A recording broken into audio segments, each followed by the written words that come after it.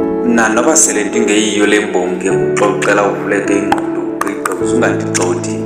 Elam ixoki lithi kum eli phupha sokuze lingafezeki, loo nto ithi tyhala ngamandla ungatyhobeki.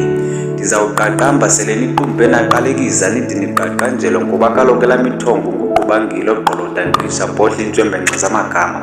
Ubugqi ziimpawu ezakhiwa zingcinga ngelixa ziyalela isandla sithabatha umsizi sibhale ingqindilili.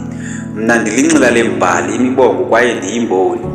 Cebe, xa ndithe ndabonakala njengomoni ndingumlomo oqulethe ukuntlutha yeendlebe ze ningandigxothi. Yini nam zikantu zungandihoyi na?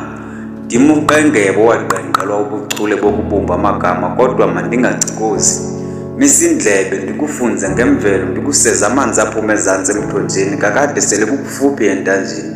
Xa ndenza nje nqwa nomthombo wokubhanga ingomso eliqaqambileyo ndiza kulibanga okomgqabo bangilifa. Mna xa ndinje ndizawukwenza nje kude kube njeya. Ingqondo ndiyityabeka ngengcinga ezizolileyo, ndatyunjwa ndaziqamba igama ndakuqaqambile ndombeswa ngomoya ophantsi ozolileyo.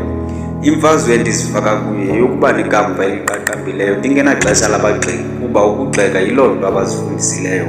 Emibongweni ndiphuma nditshaya inqawo, kwelokubonga ithongo kulapho ndigqwesileyo.